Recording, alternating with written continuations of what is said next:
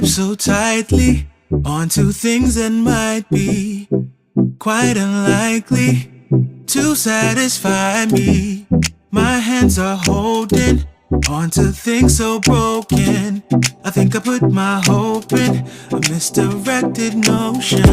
My eyes have drifted from you.